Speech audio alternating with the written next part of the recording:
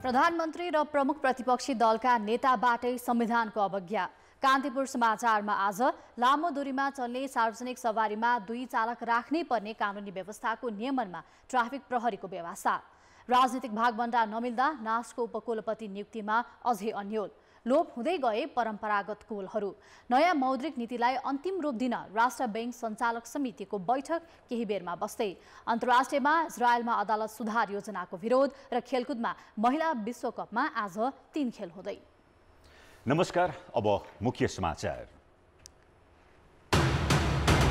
नयाँ मौद्रिक नीति आज सार्वजनिक हुँदै उत्पादनमूलक क्षेत्रमा कर्जा प्रवाह गर्ने राष्ट्र बैंकको योजना वित्तीय पहुँचको दुरुपयोग रोक्न विज्ञको सुझाव। कांग्रेस केन्द्रीय कार्य समितिको बैठक आरोप प्रत्यारोपमै केन्द्रित। पार्टी सदस्यको संख्या घटेपछि एमालेले अघि सार्यो एक व्यक्ति एक पदको अवधारणा। ललिता निवास जग्गा प्रकरणमा थप आरोपीलाई पक्राउ गर्न सर्वोच्चले बाटो खोलिदिएपछि अनुसन्धान ब्युरोले बढायो सक्रियता। अवैध सुन भित्र्याउने मुख्य नायकले पत्ता लगाउन तोकिए 5 अधिकृत। अदालत सुधार सम्बन्धी विधेयकको विरोधमा इजरायलमा प्रदर्शन।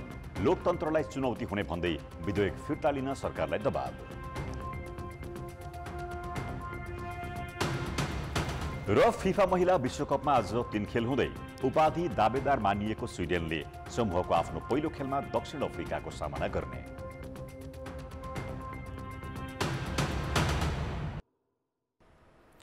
नेपाल राष्ट्र बैंकले आज मौद्रिक नीति ल्याउने तयारी गरेको छ। मौद्रिक नीति पारित गर्न बिहान राष्ट्र बैंक सञ्चालक समितिको बैठक बोलाइएको छ। यसपटक उत्पादनमूलक क्षेत्रमा कर्जा प्रवाह गर्ने गरी नीति ल्याइने राष्ट्र बैंकले जनाएको छ। गत बिहीबारको अर्थ समितिको बैठकमा पनि गभर्नर महाप्रसाद अधिकारीले मूल्यवृद्धि नियन्त्रण गर्ने र बाह्य क्षेत्र व्यवस्थापन हुने गरी चालु आर्थिक वर्षको मौद्रिक नीति जारी गरिने जनाएका थिए। तर अर्थतन्त्रमा आएको शिथिलता हटाई आर्थिक गतिविधि चलायमान बनाउनु, निष्क्रिय कर्जा र गैर व्यावसायिक गतिविधि बढिरहेको सन्दर्भमा वित्तीय स्थायित्व कायम राख्ने मुख्य चुनौती रहेको राष्ट्र बैंकको भनाइ छ।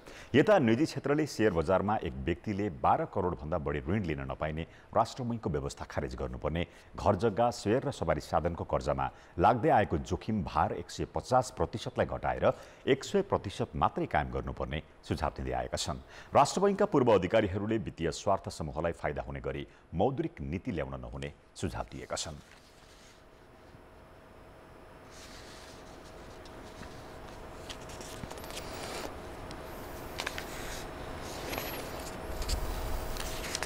कतिपय मानिसहरूले रियल इस्टेटमा लगानी गर्नुपर्छ, कतिपय मानिसहरूले शेयरमा धेरैभन्दा धेरै लगानी गर्नुपर्ने हुन्छ भन्ने किसिमको तर्क दिइरहेछन्। यो तर्कले अर्थतन्त्रको रूपान्तरण होइन, वित्तीय पहुँचको दुरुपयोग र वित्तीय स्रोतको दुरुपयोग मात्र गर्ने खालको हुन्छ। यसले बाह्य क्षेत्रलाई अस्थिर बनाउने, विदेशी विनिमय संस्कृति पछि गएर घट्दै जाने स्थिति आउन सक्छ। नेपालमा हुँदै आएको वित्तीय पहुँचको दुरुपयोगमा कडाई गरेर उत्पादनमूलक र रोजगारी सृजना गर्ने क्षेत्रमा नीति केन्द्रित हुनुपर्ने विज्ञको सुझाव छ। त्यस्तै निजी क्षेत्रका छाता संगठनहरूले कर्जाको पुनर्संरचना र पुनर्तालिकीकरण गर्न पाउनुपर्ने माग राखेका छन्। 1 वर्षे सांगठनिक कार्ययोजना सहित 10 बुँदे एजेन्डामा छलफल गर्न साउन 2 देखि आयोजित नेपाली कांग्रेस केन्द्रीय कार्य समितिको बैठक मुख्य एजेन्डाबाट भड्किएर आरोप प्रत्यारोपमा केन्द्रित भएको छ। बैठक आज पनि जारी रहनेछ। झण्डै 1 वर्षपछि तय भएको केन्द्रीय समिति बैठकका लागि पदाधिकारी तथा पूर्व पदाधिकारीले उत्साहका साथ 10 वटा एजेन्डा तय गरे, जसमा देशमा जल्दो बल्दो राजनीतिक परिस्थितिको मूल्याङ्कनदेखि सांगठनिक कार्ययोजनाका विषय समेत थिए। साउन 2 गतेदेखि सुरु भएको बैठकमा चौथो दिन शुक्रबारसम्म 114 जना केन्द्रीय सदस्यले आफ्ना धारणा राखिसकेका छन्। तर एजेन्डामा केन्द्रित हुने न्यून छन्। अधिकांश आरोप प्रत्यारोपमै केन्द्रित भएका छन्। चुनावपछि पहिलोपटक केन्द्रीय समितिको बैठक भइरहेको छ। चुनावको समीक्षा गर्नुपर्ने स्थिति पनि छ। ती सबै समीक्षा त निर्मम ढङ्गले गर्नु पर्यो नि, दाई भाइ अनुयायी नभइकन गर्नु पर्यो नि, काङ्ग्रेस भएर गर्नु पर्यो नि। त्यो गर्ने सन्दर्भमा कुनै पात्रले जति गर्नुपर्थ्यो त्यो गरेन होला, तर सबैले त्यस्तो नगरेको स्थिति छैन। केही समूहगत प्रभाव पनि देखिएको छ। केही समूहगत जसरी हामी केन्द्रीय समितिमा आएका थियौँ, धेरै साथीहरूमा समूहगत उठाउनुपर्ने विषयहरूलाई समग्रतामा भन्दा पनि अलिकति एकाङ्की बुझ्ने अभ्यास पनि नभएको होइन, त्यो भएको छ। बैठकले सभापति शेरबहादुर देउवाको कार्यशैली तथा सरकारले गरेको कार्य सम्पादनको समीक्षा गर्दै नीति महाधिवेशनको मिति तय गर्ने भनिएको छ। त्यस्तै भ्रातृ संगठनका साथै गत वर्ष सम्पन्न निर्वाचनको समीक्षासम्मका एजेन्डा छन्। नक्कली भुटानी शरणार्थी प्रकरण, ललिता निवास जस्ता भ्रष्टाचार काण्डबारे बैठकमा गहन छलफल भएकै छैन। नेताहरू भने बैठकको निर्णय आइसकेपछि मात्रै यसबारे मूल्याङ्कन गर्न मिल्ने तर्क गर्छन्।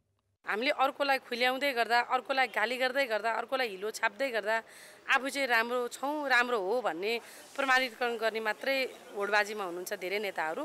त्यो चाहिँ सरासर गलत छ। नेपाली काङ्ग्रेस अब एकीकृत भएर जानुपर्छ, एजेन्डामा छलफल हुनुपर्छ, विचारमा छलफल हुन्छ। नेपाली काङ्ग्रेसको पार्टी कार्यालयमा पार्टीको केन्द्रीय सदस्यहरू अनसन बसेको नि हिस्ट्री छ। बैठकमा केही नेताले भ्रष्टाचार आरोपीहरूको बचाउमा बोलेका छन्। कतिपय सदस्य त आफ्नो समूहका नेता संरक्षणमा मात्रै केन्द्रित भए। पार्टी नेतृत्वको विषयमा प्रतिरक्षा कसरी गर्ने भनेर साथीभाइहरूको ध्यान बढी केन्द्रित भयो जस्तो लाग्छ। तर त्योभन्दा पनि बढी ध्यान केमा हुनु पर्थ्यो भने आगामी पार्टीले तय गरेको, जुन महामन्त्रीले प्रस्ताव गरेको पार्टी केन्द्रीय समितिको आगामी कार्ययोजना र पार्टीका राजनीतिक मुद्दा के हुन सक्छन् र पार्टीलाई कसरी लिएर जान सकिन्छ भन्ने हुनु पर्थ्यो। पार्टी तथा सरकार सञ्चालनमा नेपाली काङ्ग्रेसभित्रै गम्भीर असन्तुष्टि छ। भ्रष्टाचार प्रकरणका विषयमा पार्टी मौन रहने गरेको भन्दै आलोचना समेत हुने गरेको छ। झण्डै 1 वर्षपछि खुला रूपमा बसेको केन्द्रीय समिति बैठकमा यी विषयमा गहन छलफल र समीक्षा हुने अपेक्षा गरिए पनि नेताहरू बचाउ र आरोप प्रत्यारोपमा मात्र सीमित हुँदा बैठकको सम्भावित उपलब्धि नै छायामा पर्ने सङ्केत देखिएको छ। कान्तिपुर समाचारका लागि क्यामेरामा मुरारी घिमिरेका साथ पर्वतराज घिमिरे, काठमाडौँ। पार्टी सदस्यको संख्या घटेपछि अलमलमा परेको नेकपा एमाले एक व्यक्ति एक पदको अवधारणा अघि सारेको छ। यो अवधारणा कार्यान्वयनपछि केन्द्रीय कमिटी बाहेकका नेताहरूले जनप्रतिनिधि वा पार्टीको पदमध्ये एउटा मात्र रोज्नुपर्नेछ। तर पार्टी अध्यक्ष केपी शर्मा ओली सहित केन्द्रीय नेतालाई भने यो नियम लागू हुने छैन। केपी शर्मा ओली नेतृत्वमा आउनु अघिसम्म पार्टीमा एक व्यक्ति एक पदको वकालत गर्दै आएका थिए। तर जब उनी सत्तामा पुगे त्यसपछि आफ्नै प्रस्तावबाट पछि हटे, जसको एउटै मात्र कारण थियो पार्टी अध्यक्ष वा सांसद मध्ये एक पद छाड्नुपर्ने भयो। नेकपा कालमा माधव नेपाल र पुष्पकमल दाहालले एक व्यक्ति एक पदको अवधारणा प्रस्ताव नगरेका भने होइनन्। तर त्यसबेला प्रधानमन्त्री रहेका ओलीले चासै दिएनन्। ओलीले त्यसबेला त्यो प्रस्ताव स्वीकार गरेको भए प्रधानमन्त्री वा नेकपा अध्यक्ष मध्ये एक पद रोज्नुपर्ने थियो। तर यसपटक भने एमाले संस्थागत रूपमै पार्टी नेताहरू एउटा मात्रै जिम्मेवारीमा रहने नीति पारित गरेको छ। केन्द्रीय कमिटी, स्थायी कमिटी र सचिवालयले पारित गरेको यो नीति अनुसार आगामी भदौबाट सुरु हुने एमालेको प्रदेश हुँदै वडा तहसम्मको अधिवेशनमा सांसद र जनप्रतिनिधिले पार्टीको कार्यकारी पद अध्यक्ष र सचिवमा उम्मेदवारी दिन पाउने छैनन्। तर केन्द्रीय नेताहरूको हकमा भने यो व्यवस्था लागू हुने छैन। केन्द्रमा पनि अहिले हुँदैन भनेर हामीले भनिरहेको अवस्था भए पार्टीको संसदीय दलको नेता नै गभर्नमेन्टमा अगुवाईको नेतृत्व गर्न जानुपर्ने, भोलि प्रधानमन्त्री हुँदाखेरि हुनुपर्ने एउटा परिस्थितिमा त्यसलाई हामीले अपवादमा छोडेर केन्द्रमा पनि यो लागू गर्नुपर्ने एउटा परिस्थिति निर्माण भयो भने अहिलेको चिजले चाहिँ आधार तयार गरिसकेको हुन्छ। त्यसै हुनाले माथि चाहिँ हुँदै होइन भन्ने कुरा होइन। एमालेमा दोहोरो कार्यकारी भूमिकामा रहने नेताहरूको सूची लामै छ। संघीय सांसद सहित जिल्ला अध्यक्ष रहनेहरूमा इलाम जिल्ला अध्यक्ष महेश बस्नेत, मोरङ जिल्ला अध्यक्ष ऋषिकेश पोखरेल, कास्की जिल्ला अध्यक्ष मानबहादुर गुरुङ छन्। सांसद दामोदर भण्डारी पनि सुदूरपश्चिम प्रदेश कमिटीको अध्यक्ष छन्। यसबाहेक 15 जना प्रदेश सभा सदस्य, 13 जना पालिका प्रमुख र 1 जना उपप्रमुख दोहोरो भूमिकामा छन्। यसैगरी वडा कमिटीमा पनि नेतृत्व गरेका र जनप्रतिनिधिको भूमिकामा करिब 20% रहेको एमालेको निष्कर्ष छ। उनीहरूले पनि अब एक पद छाड्नुपर्ने हुन्छ। पार्टीले निर्वाचित गरेर पठाइसकेपछि पार्टीको ओरिएन्टेसन पनि हुनु पर्यो, पार्टीले पनि निर्देशन गर्नु पर्यो भन्ने हिसाबले कतिपय जनतासँग प्रत्यक्ष सरकार राखेका विषयहरू भए अनि कसरी काम गर्ने, कसरी पार्टीको वर्चस्व स्थापित गर्ने, कसरी पार्टीलाई स्थापित गर्ने, कसरी राम्रा कामहरू गर्ने भन्ने सन्दर्भमा चाहिँ पार्टीको ओरिएन्टेसन, पार्टीको नेतृत्व आवश्यक हुन्छ। डबल जिम्मेवारी भयो भने त्यो पनि राम्रोसँगले चल्न सक्दैन भनेर पनि हामीले व्यवस्था गरेको। एक व्यक्ति एक जिम्मेवारी अथवा प्रमुख र कार्यकारी जिम्मेवारी दोहोरो नदिने भन्ने कुरा चाहिँ पार्टी केन्द्रीय कमिटीले, पार्टीको सचिवालयले अहिले कुरा उठाइरहेछ। म यसको पक्षमा हो। त्यसो त एक व्यक्ति एक पदको बहस अन्य राजनीतिक दलहरूमा पनि छ। नेकपा माओवादी केन्द्र र नेकपा एकीकृत समाजवादीका शीर्ष नेताहरू त यो नियम हर हालमा लागू गराउनु पर्ने वकालत गरिरहेका छन्, तर कार्यान्वयनमा ल्याएका छैनन्। यो व्यवस्था कार्यान्वयन भए आफैमाथि सङ्कट आइपर्छ भन्ने डर नेताहरूमा देखिन्छ। तर यो अवधारणा कार्यान्वयन भएमा नयाँलाई अवसर दिने र सधैँ एउटै व्यक्ति दोहोरो तेह्रो पदमा बस्ने परिपाटीको भने अन्त्य हुनेछ। कान्तिपुर समाचारका लागि जिल्ला सहकर्मी सुशीला पाठकको सहयोगमा क्यामेरामा श्याम श्रेष्ठका साथ विकास आचार्य, काठमाडौँ। राजनीतिक हस्तक्षेप र दलीय स्वार्थका कारण संसद मात्र होइन, न्यायिक क्षेत्रमा समेत अवरोध सृजना हुन थालेको छ। 1 वर्षभन्दा बढी सर्वोच्च अदालत कायम मुकायमकै भरमा चल्यो। अघिल्लो महिना मात्रै प्रधान न्यायाधीश नियुक्त भएका हरिकृष्ण कार्केको कार्यकाल यही 20 गते सकिँदैछ। संवैधानिक व्यवस्था अनुसार प्रधान न्यायाधीश वा अन्य संवैधानिक निकायका पदाधिकारी रिक्त हुनु 1 महिना अघि नै संवैधानिक परिषदले सिफारिस गर्नुपर्छ। तर अहिलेसम्म परिषदले भावी प्रधान न्यायाधीशको नाम सिफारिस गर्न सकेको छैन। उल्टै परिषदमा रहेकाहरू संवैधानिक दायित्वको व्यवस्था गर्दै कोही कम्बोडिया त कोही इटालीको भ्रमणमा निक्लिएका छन्। संवैधानिक परिषदका अध्यक्ष प्रधानमन्त्री पुष्पकमल दाहाल संयुक्त राष्ट्रसङ्घीय कृषि तथा खाद्य सङ्गठनको कार्यक्रममा सहभागी हुन शनिबार इटली गए। परिषदका सदस्य एवं प्रमुख प्रतिपक्षी दलका नेता केपी शर्मा ओली चुनावको अवलोकन गर्न कम्बोडियातर्फ लागेका छन्। संवैधानिक परिषदको नेतृत्व गर्ने प्रधानमन्त्री र सदस्य रहने प्रमुख प्रतिपक्षी दलका नेता देश बाहिर रहेको अवस्थामा परिषदको बैठक अझै केही दिन नबस्ने निश्चित छ। संविधानको धारा 284 मा प्रधान न्यायाधीश रिक्त हुनु 1 महिना अघि नै सिफारिस गर्ने बाध्यकारी व्यवस्थालाई परिषदका अध्यक्ष र सदस्यले नै स्वीकार गरेको देखिँदैन। पद रिक्त हुनुभन्दा 1 महिना अगावै नियुक्तिको सिफारिस गर्नुपर्ने छ, गर्न सक्ने छ होइन, गर्नुपर्ने छ। यो बाध्यात्मक संवैधानिक चाहिँ प्रावधान हो। यो प्रावधानको यो वा त्यो कुनै कारणले पन्छाउन मिल्दैन। 1 महिना अगाडि अनिवार्यता सिफारिस गरेकै हुनुपर्छ। र त्यो गर्नलाई त्यो के भूकम्प आयो देशमा, ज्वालामुखी फुट्यो, के भयो? होइन भने संसद नियमित हुने, सरकार नियमित हुने, अरू अङ्गहरू नियमित चल्ने, अनि संवैधानिक परिषदको काम नियमित नचल्ने। संवैधानिक परिषदले गर्ने नियुक्तिमा निष्पक्षता समेत होस् भनेर प्रधानमन्त्री, सभामुख, उपसभामुख, राष्ट्रिय सभाको अध्यक्ष, प्रधान न्यायाधीश र प्रमुख प्रतिपक्षी दलको नेता रहने व्यवस्था संविधानमै गरिएको हो। तर परिषदले दलीय भागभण्डा मिल्दा सिफारिस गरिहाल्ने, अन्यथा महिनौं अड्काएर राख्ने गरिरहेको छ। संविधानले गरेको व्यवस्था जहिले उल्लङ्घन हुने गरेको छ। 3 जना सिफारिस गर्न विमोडहरू पठाउँछ न्याय परिषदले, तिनै मध्येबाट 1 जनालाई गर्ने हो। तर अहिलेसम्मको चलन अनुसार, अहिलेसम्मको अभ्यास अनुसार त जो चाहिँ वरिष्ठतम छ त्यही वरिष्ठतमलाई नै प्रधान न्यायाधीशले सिफारिस गर्ने हो। सर्वोच्चको हकमा केही समस्या होइन। दोस्रो चाहिँ संवैधानिक निकायका प्रमुख र पदाधिकारीहरू सदस्यहरूको हकमा मलाई के लाग्छ भन्दाखेरि राजनीतिक भागभण्डा नै हो। अहिलेसम्मको अभ्यास त्यो देखिन्छ। राजनीतिक भागभण्डा कुन पार्टीको कतिजना राख्ने भन्नेमै समस्या देखिन्छ। यो चाहिँ सबभन्दा दुर्भाग्यपूर्ण देखिन्छ। संवैधानिक परिषद जस्तो राज्यका महत्त्वपूर्ण निकायका जिम्मेवार व्यक्ति रहने निकायले संविधानको उल्लङ्घन गर्नु सामान्य होइन।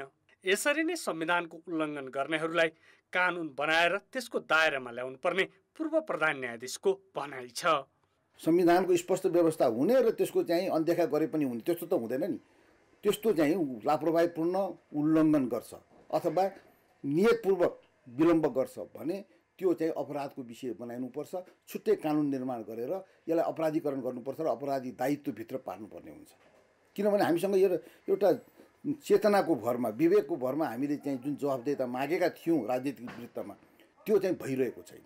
सर्वोच्च न्यायालयलाई संविधानको व्याख्या गर्ने अधिकार छ, तर न्यायालयका प्रमुखदेखि संवैधानिक निकायका अन्य पदाधिकारी नियुक्ति सिफारिस गर्दा नै संविधानको उल्लङ्घन गर्नुलाई सामान्य मान्दै जाने हो भने विधिको शासन र संविधान कार्यान्वयनमै अप्ठ्यारो नपर्ला भन्न सकिन्न। कान्तिपुर समाचारका लागि क्यामेरामा सञ्जय लुइटेल र विनोद कोजुका साथ दीपक आचार्य, काठमाडौँ। अब जनताको आवाज हामीले सातै प्रदेशमा सोधेका छौँ, न्यायाधीश नियुक्तिमा किन ढिलाइ भएको होला?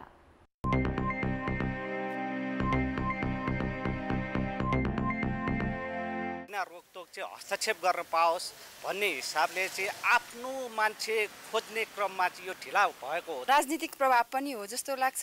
न्यायाधीश मात्र नभइकन त्यसको हरेक क्षेत्रमा समस्या परिरहेको छ र यसले न्याय क्षेत्र पनि अछुतो रहेन। कानुन व्यवसायबाट नियुक्त भएका जुन न्यायाधीशहरू थिए उनले चाहिँ न्याय निरूपणमा चाहिँ अलि प्रक्रियागत गर्न सकेन, दक्षतामा कमी कमजोरी देखियो भन्ने खालको कुरा जुन सुनिन्छ हो। सो कारणले गर्दा राजनीतिक र आपसी खिचतानीको कारणले एक आपसमा कुरो नमिलेरै यो न्यायाधीश नियुक्ति नभएको होला जस्तो लाग्छ मलाई। नियुक्तिमा बढी राजनीति भएको कारणले राजनीतिक छवि नभएको व्यक्तिहरूलाई नियुक्ति गर्न नसक्दा चाहिँ यो न्यायाधीश नियुक्ति अझै पेचिलो बन्दै गएको छ। न्यायालयप्रति राजनीतिक दलको खासै ध्यान नगएर हो मात्र नियुक्ति हुन सकेको छ। न्यायका उपभोक्ताहरूले दुःख पाउने अवस्था हुन्छ। न्याय परिषदको बैठक नै बस्न नसक्नु चाहिँ यो मुख्य कारण हो। राम्रा मान्छे भन्दा हाम्रा मान्छेलाई काखा चेप्ने प्रवृत्तिले गर्दा न्यायाधीश नियुक्ति गर्ने अधिकार प्राप्त व्यक्तिहरूबाट समेत स्वार्थभन्दा माथि उठ्न नसकेको कारणले गर्दा सरकार नै अब धेरै पार्टी मिलेर पनि कसको राख्ने भनेर ढिलो भयो कि जस्तो लाग्छ मलाई। भागबण्डमा कुनै पक्ष बाहिर आउने र कुनै पक्षलाई मात्रै समावेश गर्ने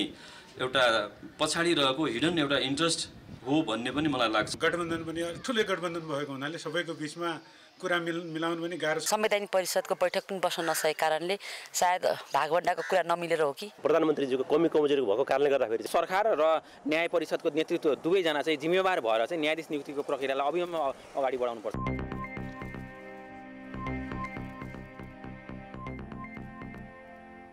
समाचार अझै बाँकी छन्, ब्रेकपछि पुनः स्वागत छ।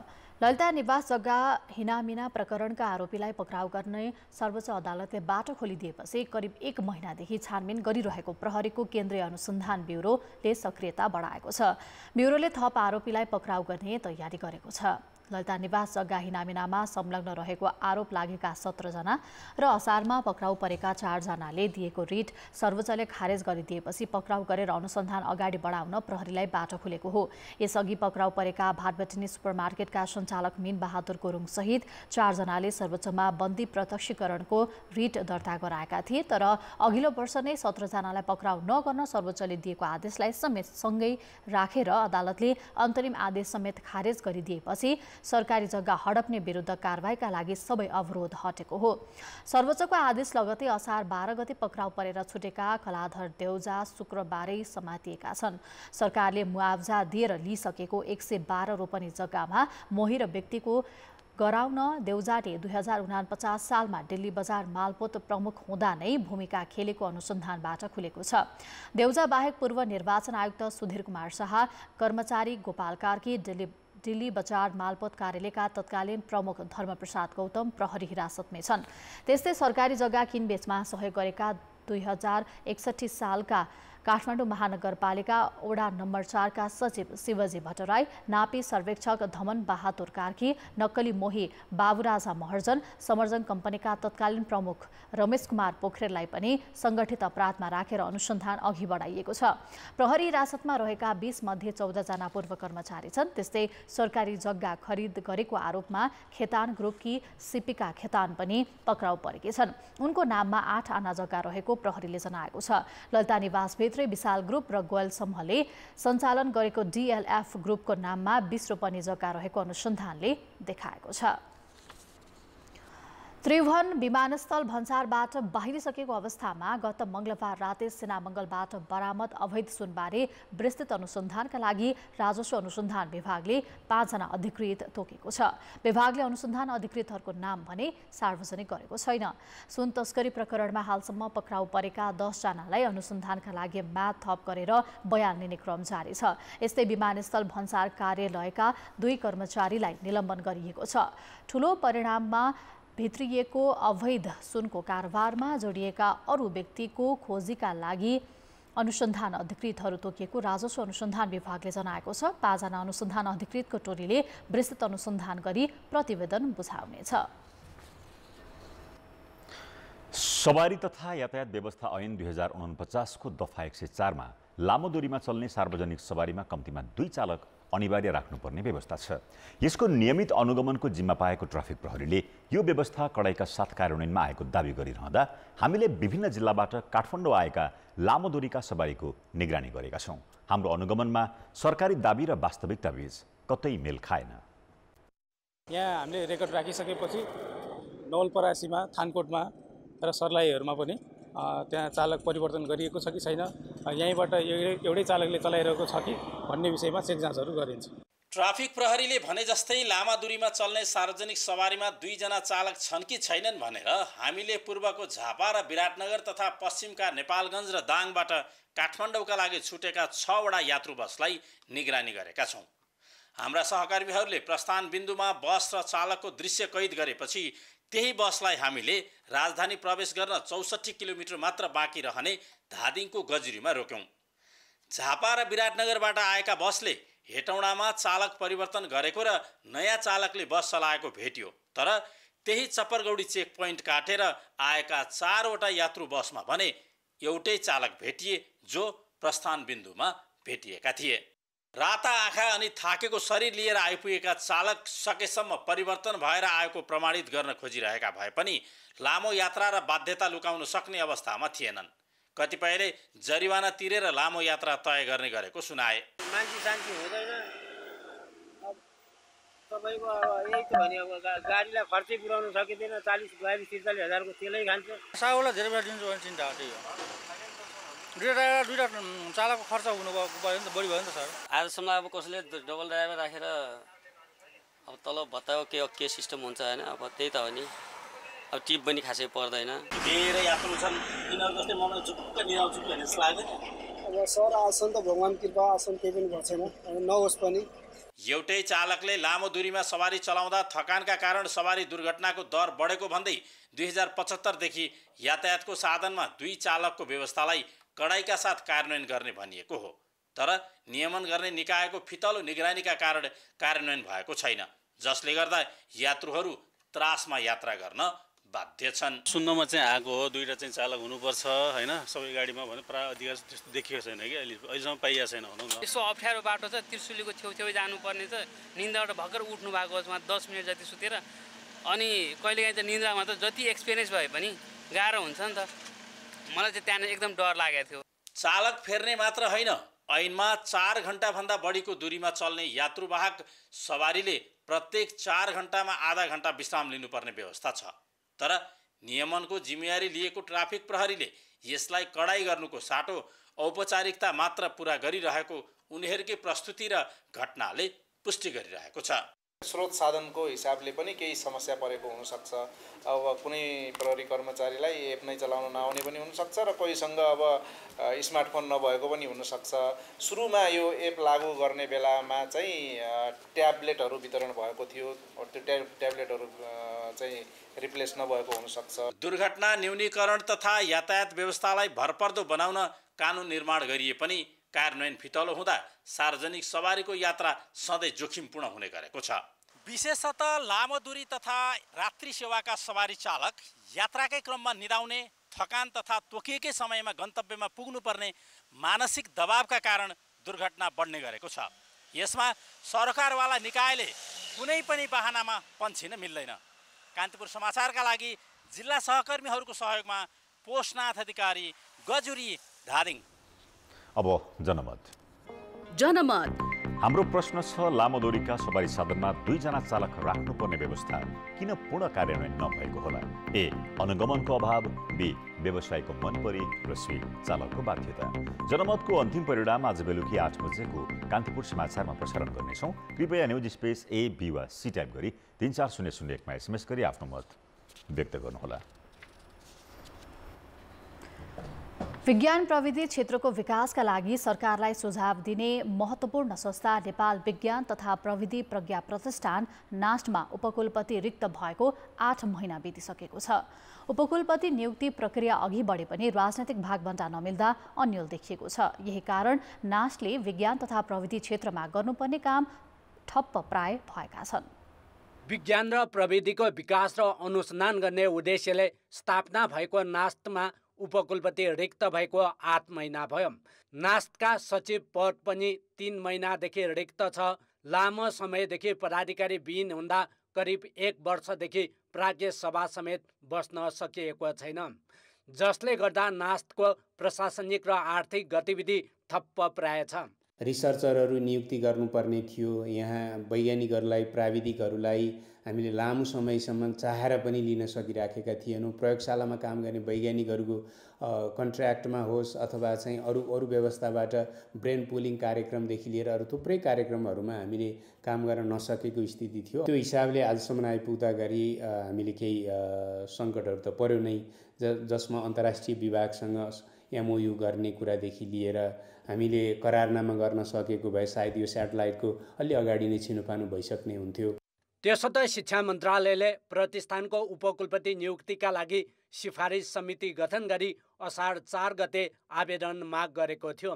त्यसका लागि विज्ञान र प्रविधिको क्षेत्रमा योगदान गरेका 30 जनाले आवेदन दिएको महिना दिन हुन लाग्दा समेत थप प्रक्रिया अघि बढेको छैन। राजनीतिक भागभन्दा नमिल्दा नियुक्ति प्रक्रियामा ढिलाइ भइरहेको भन्दै वैज्ञानिकहरूले असन्तुष्टि जनाएका छन्। अमेरिकाको नासा भने जस्तो हो नास्ट भनेको। अब नास्टले विभिन्न राम्रा कामहरू पनि गरेका छ। अब हामीले जे जस्तो भए पनि हाम्रो रकेटलाई चाहिँ हामीले अन्तरिक्षमा पठाएका कुराहरू छन्। भारतले पनि विज्ञान तथा प्रविधिलाई प्राथमिकतामा राखेको हुनाले अब उनीहरूको पनि विकास एकदम नै भनौँ न स्तुत्य खालको विकास छ। अब हाम्रो नेताहरूमा हाम्रो राज्यले विज्ञान तथा प्रविधिको महत्त्व नै बुझ्न सकेन। त्यसले गर्दाखेरि चाहिँ यस्तो खालको परिस्थिति सिर्जना भएको हो। उपकुलपति विहीन भएकै कारण नेपालका वैज्ञानिकले बनाएको डाँफे र मुनाल नामक 2 स्याटेलाइटको प्रक्षेपणमा ढिलाइ हुने देखिएको छ। स्याटेलाइट प्रक्षेपणका लागि उपकुलपतिबाट सम्झौता पत्रमा हस्ताक्षर गर्नुपर्ने हुन्छ। कान्तिपुर समाचारका लागि क्यामेरामा रूपक कोइरालाका साथ नारायण किलम्बु, काठमाडौँ। आर्थिक र अन्तर्राष्ट्रिय समाचार हामीसँग बाँकी नै छन्। अर्थ र विकास। आधुनिक प्रविधिको विकाससँगै चिउरी, उखु, ज्यामिर र तोरी पेल्न प्रयोग हुने परम्परागत कोल लोप हुँदै गएका छन्।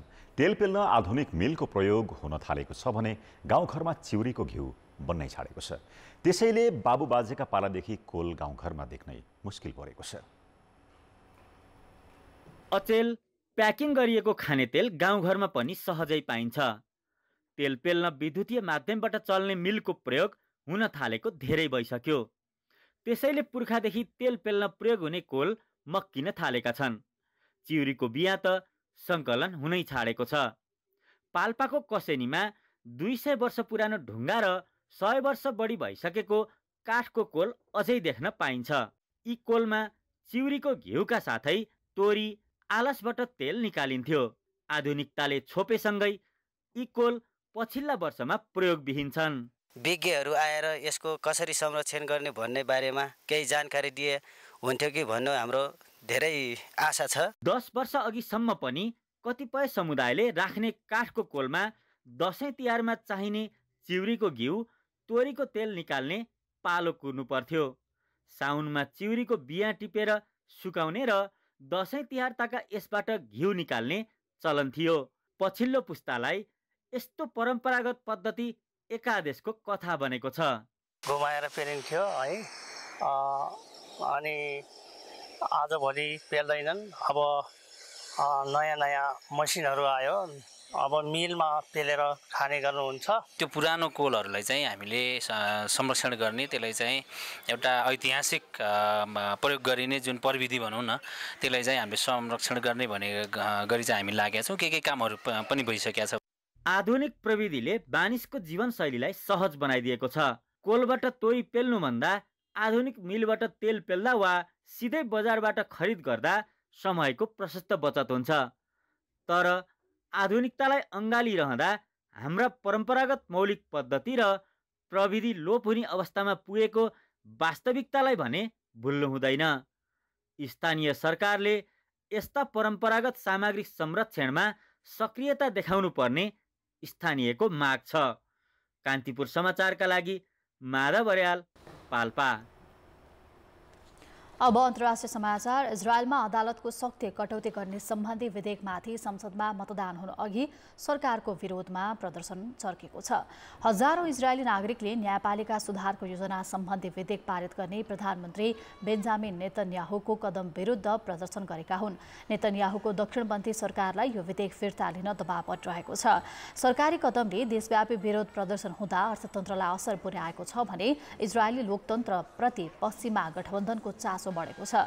सरकारका अङ्गहरू बीच नियन्त्रण र सन्तुलन राख्ने भनिएको उक्त विधेयकमा भोलि संसदमा निर्णायक मतदान हुने तालिका छ। विधेयक पारित भए अख्तियार दुरुपयोग हुने र भ्रष्टाचारको अभियोग खेपेका प्रधानमन्त्री नेतन्याहुले छुटकारा पाउने भन्दै आलोचना पनि भइरहेको छ।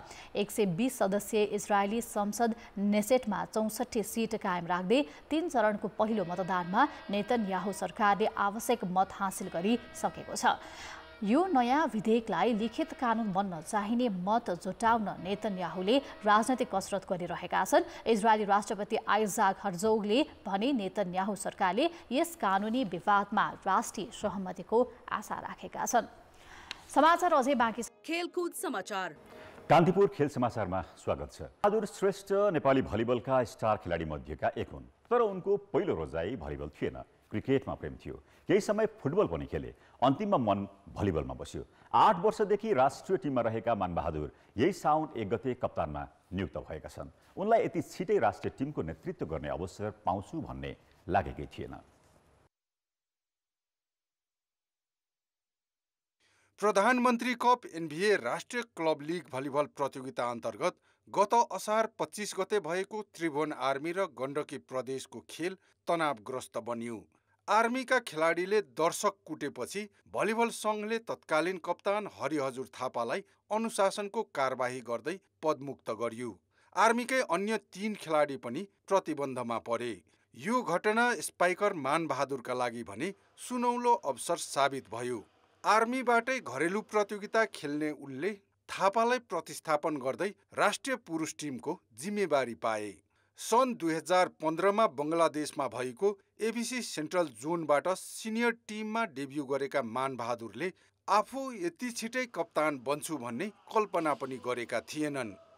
मेरो सोचाइ यति छिटो क्याप्टेन हुन्छु भन्ने चाहिँ प्लानिङमा थिएन हैन, र म चाहिँ अब अलि छिटै क्याप्टेन नै चलाउन पाउँदा चाहिँ आफूलाई एकदम गर्व लागेको छ। अब यसलाई चाहिँ धेरै गाह्रो छ भनेर चाहिँ म अगाडि बढ्दिनँ, किनभने अब एउटा सिनियरिटीको हिसाबमा पनि अगाडि आइसकेको छु। खेलको पर्फर्मेन्सले मात्रै पनि क्याप्टेनसिप दिइँदैन, लिडरसिप भनेको मेजर भूमिका हुन्छ। सबै खेलाडीहरूलाई गुड कम्युनिकेसनमा एउटा कन्ट्रोलमा राखेर अनुशासित बनाएर खेलाउनु पनि क्याप्टेनको जिम्मेदारी हो। यो सबै कुरा भलिबल सङ्घमा हामीले विस्तृत छलफल गरिसकेपछि कोचेसहरूसँग पनि हामीले छलफल गऱ्यौँ। सबै हिसाबले छलफल गरेर नै हामीले मानबहादुर श्रेष्ठलाई क्याप्टेन बनाउँदा उपयुक्त हुन्छ भन्ने लागेर यो अहिले यो जिम्मेदारी दिएको हो। नवलपरासीको कावासोतीमा जन्मिएका मानबहादुर क्रिकेट र फुटबल खेल्दै हुर्किएका हुन्। घरको सामान्य आर्थिक अवस्थाले उनलाई खेलमा लाग्ने सुविधा पनि दिँदैन थियो। तर शरीरको उचाइ बढ्दै गएपछि स्कुलमा शिक्षक र साथीहरूले भलिबल खेल्ने सुझाव दिन थाले। त्यहीबाट मानबहादुरको जीवन भलिबलतर्फ मोडियो। मेरो भलिबल स्टार्ट मेरो लाइफको मेन पोइन्ट भनेकै मेरो स्कुल हो। स्कुलबाट चाहिँ मलाई गुरुहरूले, निराजन महतो गुरुहरूले सिकाएर मलाई याद छ कि उहाँले कान समाती कपाल तानी सिकाउनु भएको कुराहरू पनि अझै मेरो आँखामा झलझल्ती आउँछ। त्यो दिनहरू कहिले पनि बिर्सिन्न। उति बेलाको पश्चिमाञ्चल र अहिलेको गण्डकी प्रदेशबाट प्रतिनिधित्व गर्ने मानबहादुरमाथि नेपाल पुलिस क्लबको नजर पर्यो। 2069 सालदेखि 2 वर्ष पुलिसबाट खेलेका उनी 2071 यता आर्मीमा छन्। 2073 र 74 को सिजनमा आर्मीको कप्तानी गरेका मानबहादुरले 6 प्रतियोगिताको उपाधि जिताए। त्यतिबेलै आर्मीलाई सर्वोत्कृष्ट टिम बनाउँदै आफै पनि सर्वोत्कृष्ट खेलाडी घोषित भए। उनकै कप्तानीमा गत वर्ष नेपालले बङ्गलादेशमा काभा बीच भलिबलमा रजत जित्यो। अब हामीलाई भनिरहेको थियो राम्रो गर्नुपर्छ, टिम एकजुट हुनुपर्छ, टिम अगाडि सबले आफ्नो नेपालको लागि खेल्ने हो। अब सशस्त्र प्रहरी आफ्नो ठाउँमा खेल्छ, त्यो छोडिदिने। अहिले यो हामी देशको लागि खेल्न आएको छु, देशलाई सम्झिने हो भनेर उसले गाइड गरिरहेछ, राम्रै गाइड गरिरहेछ अहिलेसम्म। जो राम्रो छ, हामी खुसी छौँ सबजना। उहाँको अनुशासनको पाटो अब छँदैछ होइन।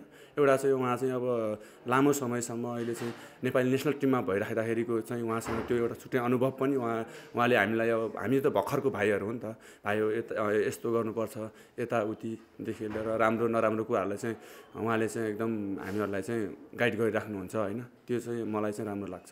मैदानभित्र र बाहिर दुवै स्थानमा रुचाइएका मानबहादुरको पहिलो परीक्षा 1900 एसियाली खेलकुद हो। चीनमा असोजको पहिलो साता हुने एसियाड कप्तानका रूपमा उनको पहिलो प्रतियोगिता हुनेछ। पुरुष टिमका 11औं कप्तान मानबहादुरको नेतृत्वमा राष्ट्रिय खेलले कस्तो प्रगति गर्ला, सबैको प्रतीक्षा छ। कान्तिपुर समाचारका लागि क्यामेरामा हेमकुमार प्रसाई र विनोद कोजुका साथ प्रदीप लेखी, काठमाडौँ। कान्तिपुर खेलकुद समाचार सकियो। कान्तिपुर समाचार अहिलेलाई सकियो। कान्तिपुर टेलिभिजन हेर्दै गर्नुहोला। नमस्ते।